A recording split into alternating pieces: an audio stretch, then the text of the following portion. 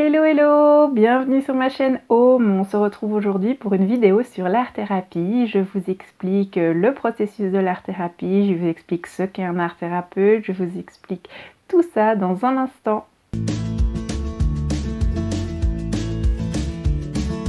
Gonna find my way back home, back to where I most belong. Feeling like this day will never end. Heading about the place I roam, never feeling quite my own. Somehow get the feeling I don't fit in, but I know that I'll be coming home to you. And you know that I'll be driving home to you.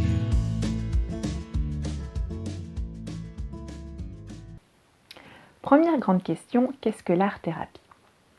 L'art-thérapie, c'est l'utilisation du média artistique au sens large dans un processus thérapeutique. On entend par média artistique pas mal de choses. Ça peut être la peinture, ça peut être le dessin, ça peut être le collage, ça peut être l'utilisation du sable, ça peut être la danse, ça peut être l'écriture, ça peut vraiment être tout plein de choses.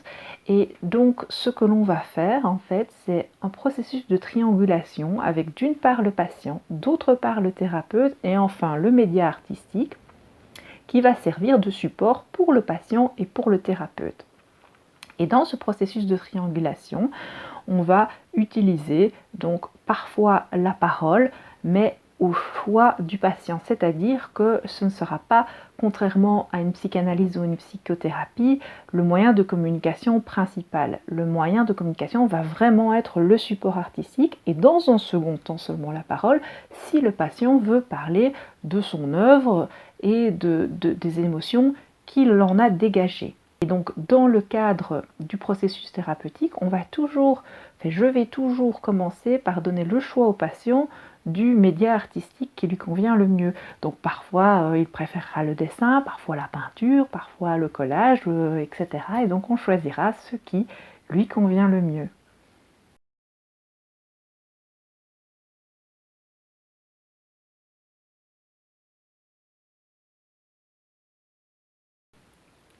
Alors quel est le but de l'art-thérapie?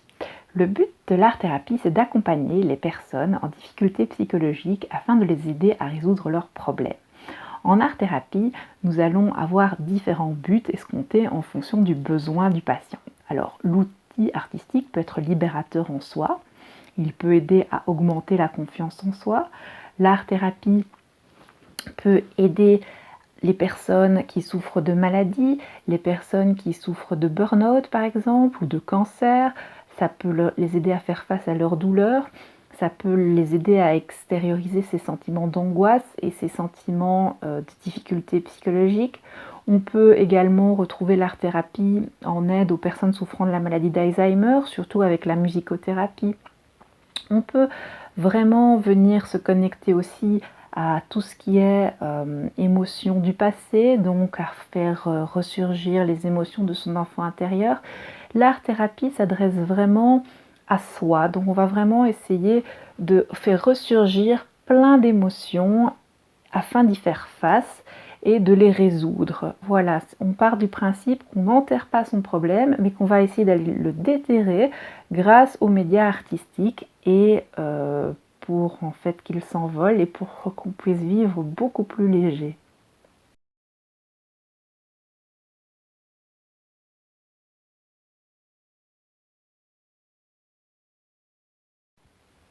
Autre grande question, faut-il savoir dessiner pour faire de l'art-thérapie? Alors la réponse c'est pas du tout.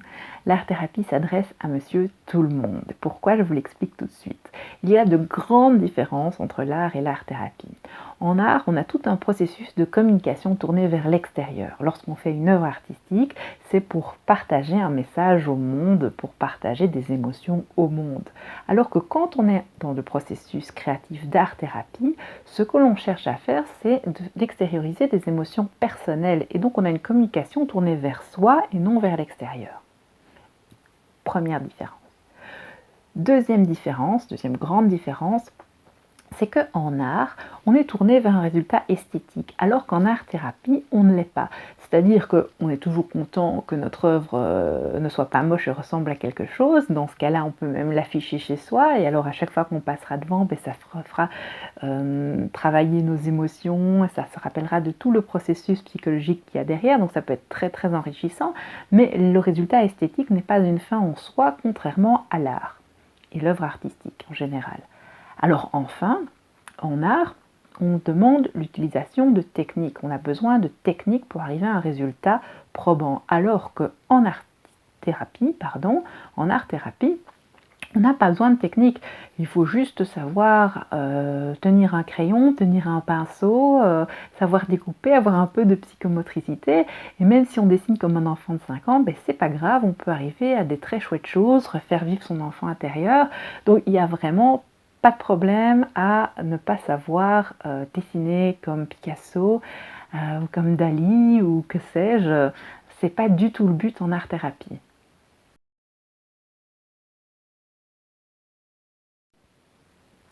Autre grande question, comment est-ce que concrètement une séance d'art-thérapie fonctionne? Alors il y a deux types de séances. Il y a d'une part la séance individuelle et d'autre part la séance en groupe. La séance individuelle, très concrètement, vous allez me contacter par téléphone ou par email. Toutes les données seront sur mon site de toute manière ou en dessous de cette vidéo. Donc vous allez me contacter et on va discuter très concrètement de ce que vous voulez faire, de quels sont vos soucis et de comment je peux vous aider. Ensuite, nous allons prendre rendez-vous, je vais me rendre chez vous et là nous allons choisir le média artistique qui vous convient le mieux. Donc la peinture, le dessin, le collage, peu importe, on va voir vraiment ce qui vous convient le mieux. Et puis ensuite, nous allons passer dans une phase de création où je vais vous donner un cadre, un exercice et vous allez créer dans un cadre bienveillant. Et moi, je serai là en tant que guide pour vous accompagner dans votre processus créatif et thérapeutique. Alors, ce qu'il est important aussi de préciser, c'est que l'œuvre artistique en elle-même vous appartient. Dans cette vidéo, vous n'allez jamais voir des œuvres de mes patients, vous verrez toujours des œuvres personnelles parce qu'il en va de la déontologie des arts thérapeutes.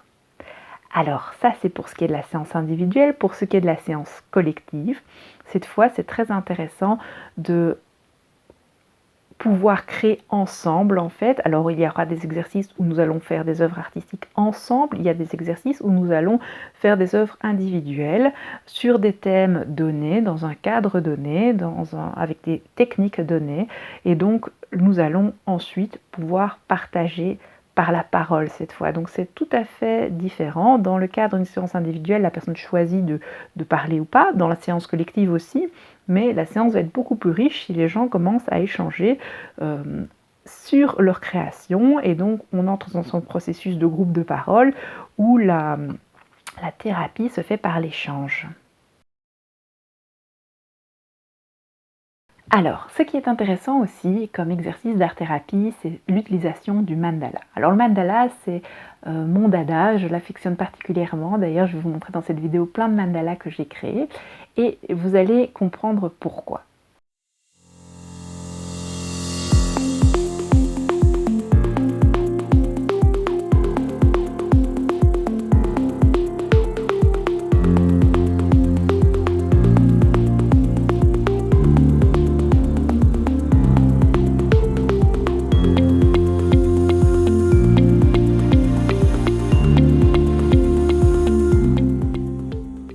Pourquoi est-ce que j'aime tant les mandalas? Parce que les mandalas ont un point commun avec tout ce qui est yoga et méditation.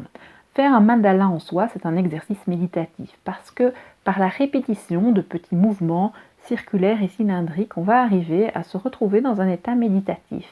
Et en plus de ça, on va réussir à obtenir un résultat esthétique. Et donc le mandala, c'est quelque chose qui aide particulièrement les personnes dans le cadre d'un burn-out ou dans le cadre d'un stress ou d'angoisse et qui ont besoin donc de se recentrer sur elles-mêmes. Le mandala va permettre également aux personnes très anxieuses et très hyperactives de pouvoir se calmer et de pouvoir mettre ce que j'appelle leur cerveau en off, c'est toujours très difficile lorsqu'on a des pensées perturbatrices, qu'on pense à plein de choses, de décharger sa charge mentale. Et le mandala va vraiment permettre par cette méditation d'arriver à décharger sa charge mentale. Et donc je vous encourage, vous qui regardez cette vidéo, même si vous n'avez pas envie d'entreprendre une thérapie, à essayer ne fût-ce que l'exercice du mandala. Si vous vous sentez stressé, vous prenez une feuille, vous prenez un compas, vous prenez un bic, un crayon, n'importe quoi, et c'est parti, vous commencez à créer vos mandalas. Et vous allez voir que le résultat est assez bluffant.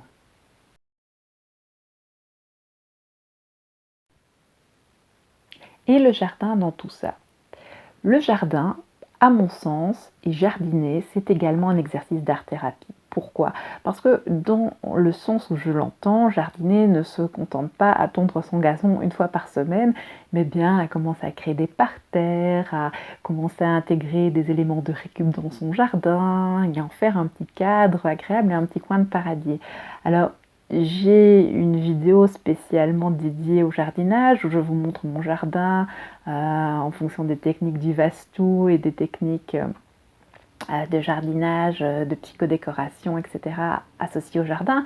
Mais ici, j'aimerais juste attirer votre attention sur le fait qu'on peut tout à fait faire des exercices d'art-thérapie lorsque l'on jardine. Jardiner peut tout à fait donc représenter son état émotionnel et psychologique, et ce qu'on dit souvent, c'est que l'état de son jardin représente son intérieur.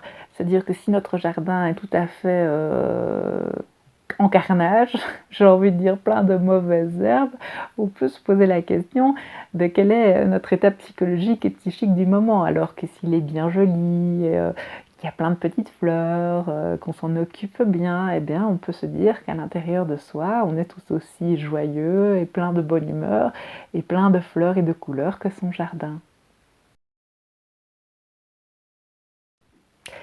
J'espère que cette vidéo vous a plu. Vous n'hésitez pas à vous abonner, à la liker, à la partager si c'est le cas. J'espère que vous avez tout appris sur l'art-thérapie, que vous savez mieux maintenant ce qu'est un art-thérapeute, quelle technique on emploie, quel est le but, etc. Donc vous n'hésitez pas à me contacter si ça vous intéresse. Vous n'hésitez pas à aller faire un tour sur le site Home et vous n'hésitez surtout pas à me laisser des commentaires. Voilà, j'y répondrai avec grand plaisir. On se retrouve bientôt pour une prochaine vidéo. Ciao, ciao!